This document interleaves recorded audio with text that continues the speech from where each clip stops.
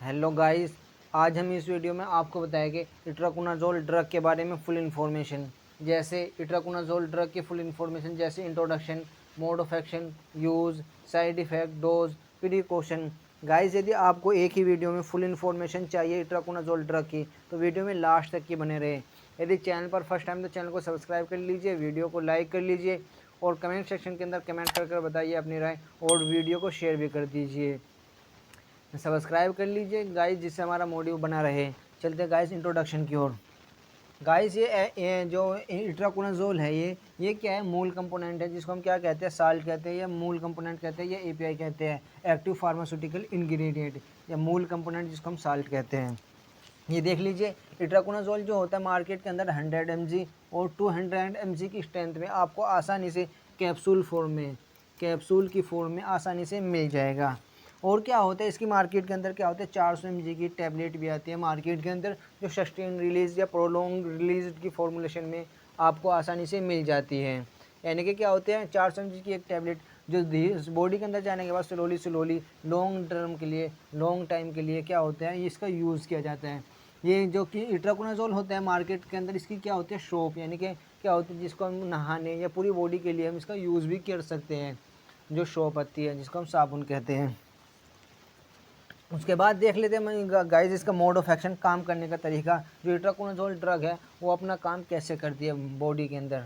ये क्या करती है, इट्राकोनाज़ोल जो कैप्सूल होता है, टैबलेट होती है, ये क्या करती है, जो जो जो इसका यूज़ होता है, मोड ऑफ एक्शन, काम करने का तरीका होता है, वो क्या करती है, जो हमारे बॉडी के अंदर क्या होती है, फंगल सेल होती है, उनकी क्या होती है, एर्गोस्ट्रोल की प्रोडक्शन को क्या करती है, इनहिबिट कर देती है। जो फंगल सेल होती है उनकी जो सेल वॉल होती है, वो एर्गोस्ट्रोल प्रोडक्शन कम हो जाता है, जिसके कारण क्या होते हैं, सेल वॉल, फंगल की सेल वॉल पे क्या करती है, जो बैक्टीरिया होती है उनकी क्या होती है, एर्गोस्ट्रोल की प्रोडक्शन इनहिबिट कर देती है, जिसके कारण क्या होता है, बैक्टीरिया की सेल वॉल जो होती है, जो बैक्टीरिया की जो कहते हैं, जिसको सेल मेम्ब्रेन होती है, ये सेल वॉल होती है, वो कमज़ोर हो जाती है। यानी कि वो कमज़ोर हो जाती है, जिसके कारण क्या होता है, वो ड्रग, यानी कि जो ये इट्राकोनाज़ोल ड्रग है, वो अपना रिजल्ट, वो अपना एक्शन शो करती है।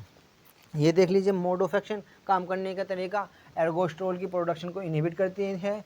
फंगल सेल की, जो फंगल सेल होती है, उनकी एर्गोस्ट्रोल प्रोडक्शन बंद हो जाती है, जिसके कारण क्या होता है, सेल वॉल कमज़ोर हो जाती है और यह ड्रग अपना रिजल्ट शो कर देती है। इसके बाद देख लेते हैं इसका यूज़ करने का तरीका। यूज़ इसको कैसे कैसे किया जाता है, कहाँ कहाँ पर, किस बीमारी में इसका हम यूज़ कर सकते हैं। ये क्या है, ट्राईएज़ोल क्लास की ड्रग है। ये इट्राकोनाज़ोल जो है, ये ट्राईएज़ोल क्लास की ड्रग होती है, और इसमें क्या होती है, एंटी फंगल ड्रग होती है। ये एंटी फंगल प्रॉपर्टी होती है। दोनों चीज़ हो सकती है, यानी कि फंगल के अगेंस्ट। एंटी का मतलब होता है अगेंस्ट, फंगल का मतलब होता है यानी कि कोई भी इन्फेक्शन, यानी कि फंगल के कारण होने वाला इन्फेक्शन को हम क्या कहते हैं, फंगल इन्फेक्शन। एंटी का मतलब होता है अगेंस्ट, और फंगल का मतलब होता है फंगल के कारण होने वाला इन्फेक्शन या बीमारी। तो ये एंटी फंगल प्रॉपर्टी होती है इट्राकोनाज़ोल के अंदर, और एंटी फंगल क्लास की ड्रग है। और ट्राईएज़ोल क्लास की ड्रग होती है। एंटी फंगल क्लास भी और ट्राईएज़ोल क्लास भी दोनों सेम है। उसके बाद देख लेते हैं इसका वो अलग अलग यूज़। ये क्या होता है, अलग अलग फंगल इन्फेक्शन के लिए यूज़ किया जाता है। अलग अलग फंगल इन्फेक्शन, जैसे क्या हुआ, देख लो अलग अलग फंगल इन्फेक्शन कैसे होता है। जैसे कि देख लीजिए, नेल्स, यानी कि नाखून के अंदर यदि फंगल इन्फेक्शन है तो वहाँ पर भी आप इसको यूज़ कर सकते हैं। वेजाइना फंगल इन्फेक्शन है, वेजाइना फीमेल लेडीज़ होती है, उनके क्या होता है, वेजाइनल एरिया या मेल जेनाइटल एरियाज़ के अंदर क्या होता है, फंगल इन्फेक्शन हो जाता है।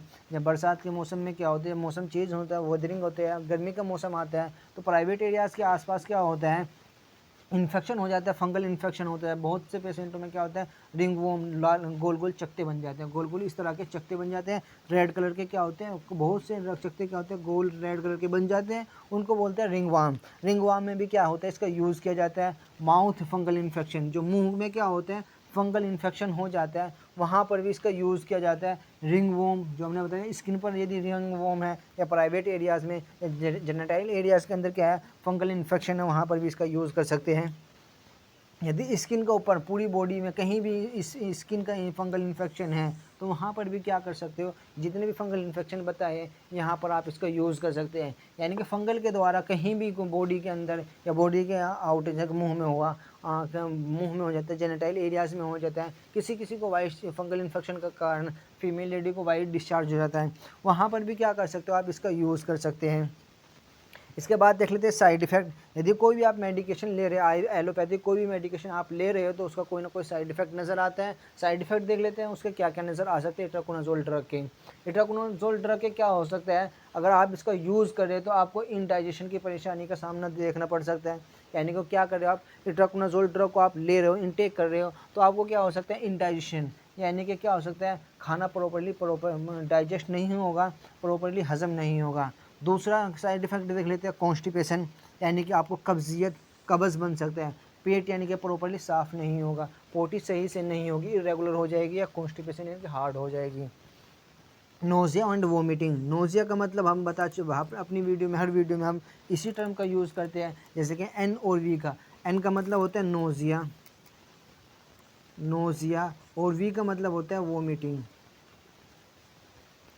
एन का मतलब होता है नोज़िया, यानी कि फील लाइक वोमिटिंग, उल्टी होगी नहीं, उल्टी की तरह आएगी, जिसको हम उबासी या उबकाई कहते हैं। और वोमिटिंग यानी कि उल्टी हो जाएगी, इसमें मुंह से के थ्रू क्या हो जाएगा, स्टोमक से मुंह के थ्रू कुछ ना कुछ आ जाएगा, फ्लूइड आएगा, या ज़्यादा मात्रा में क्या हो जाएगा, ज़्यादा खाना भी, कच्चा खाना भी क्या आ सकता है, बाहर आ सकता है, उसको कहते हैं वोमिटिंग। लूज स्टूल, यानी कि आप क्या कर रहे हो, इट्राकोनाज़ोल का यूज़ कर रहे हो तो आपको क्या हो सकता है, थोड़ा बहुत पतला यानी कि लूज स्टूल भी पास हो सकता है। उसके बाद देख लेते हैं, यदि कॉन्स्टिपेशन हो रहा है या एब्डोमिनल पेन हो रहा है आपको, क्या हो सकता है, फिर हेडेक, सर का दर्द भी हो सकता है आपको। लॉस ऑफ एपेप्टाइटिस या डिक्रीज ऑफ एपेप्टाइटिस।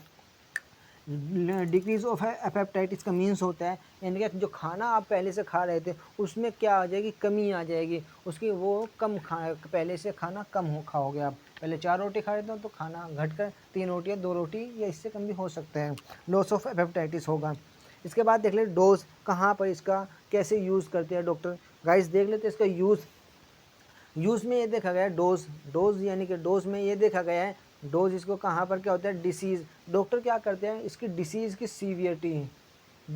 सीवियरिटी या और पूरी हिस्ट्री लेकर इसकी डोज को सेलेक्ट करते हैं। पूरी हिस्ट्री लेके आपकी पुरानी, यानी कि कहाँ पर आप इलाज कर चुके हैं, कितनी पुरानी ये बीमारी है, कौन कौन से आप मेडिकेशन ले चुके हैं, पूरी हिस्ट्री लेने के बाद ही क्या करते हैं, इस डोज का सेलेक्ट करते हैं। और अलग अलग बीमारी में, यदि नेल इन्फेक्शन है, यदि वेजाइनल इन्फेक्शन है, माउथ इन्फेक्शन है, रिंग वोम है, अलग अलग बीमारी में क्या होता है, अलग अलग इसकी डोज होती है और ड्यूरेशन भी अलग अलग होती है। नॉर्मली देख लीजिए, अडल्ट यदि कोई पेशेंट है, अडल्ट व्यक्ति में क्या होता है, नॉर्मली क्या करते हैं, 100 mg की कैप्सूल को बीडी लेने की सलाह दी जाती है। 100 mg की टैबलेट को, कैप्सूल को हम क्या करते हैं, दिन में 2 बार सुबह और शाम लेते हैं, खाना खाने के बाद लेने की सलाह दी जाती है। और ये क्या होता है, ये कैप्सूल लॉन्ग टर्म के लिए क्या होता है, इसका यूज़ किया जाता है, लंबे टाइम के लिए इसका यूज़ किया जाता है, महीना 2 महीना 6 महीने तक भी इसका आप यूज़ कर सकते हैं डॉक्टर। इसके बाद देख लेते हैं प्रिकॉशन। यदि कोई भी आप मेडिकेशन यूज़ करें तो कोई ना कोई सावधानी बरतनी पड़ेगी। जैसे देख लीजिए यहाँ पर अल्कोहल, यदि आप इस इट्राकोनाज़ोल ड्रग का यूज़ कर रहे हैं तो अल्कोहल का यूज़ बिल्कुल बंद कर दीजिए। लैक्टेटिंग का मतलब होता है जो मदर अपने बच्चों को दूध पिलाती है उसको कहते हैं लैक्टेटिंग मदर। और क्या होता है, प्रेग्नेंट लेडीज़, जितनी लैक्टेटिंग मदर और प्रेग्नेंट लेडीज़ में इसको अवॉइडेड माना जाता है। या आपको यूज़ करना है तो डॉक्टर की सलाह लेना, गायनेकोलॉजिस्ट की सलाह लेना मस्ट माना जाता है, ज़रूरी होता है। यदि आप इसको लॉन्ग टर्म डिसीज़, यदि आपको कोई भी लॉन्ग टर्म डिसीज़ है, जैसे लीवर, हार्ट, किडनी या कोई भी थायराइड या डायबिटिक की परेशानी है तो अपने डॉक्टर को बता दें, जिसका इसका साइड इफ़ेक्ट को कम किया जा सके। यदि आप कोई भी एंटासिड यानी कि पेट के, जैसे रेंटेडिन, फेमोटिडिन या इसके लिए, या PPI, proton pump inhibitor drug, जैसे कि ओमिपराजोल, रेबिपराजोल और पेंटोपराजोल ड्रग का यूज़ कर रहे हैं आप, तो क्या कर रहे हैं, इस इट्राकोनाज़ोल और पीवीआई ड्रग में कम से कम 2 से 3 घंटे का गैप बनाकर इसका यूज़ करें, क्योंकि जितनी भी पीवीआई ड्रग होती है इसके एब्जॉर्प्शन को, इसके यानी कि एब्जॉर्ब होने की क्षमता को बॉडी के अंदर कम कर देती है। गाइस, यह थी कुछ इन्फॉर्मेटिव वीडियो। यदि वीडियो कुछ भी इन्फॉर्मेटिव लगी है या वीडियो में आपने कुछ नया जाना है तो वीडियो को लाइक कर लीजिए, चैनल को सब्सक्राइब कर लीजिए और कमेंट सेक्शन के अंदर कमेंट करके बताइए अपनी राय और वीडियो को शेयर भी कर दीजिए। Thank you for watching my video.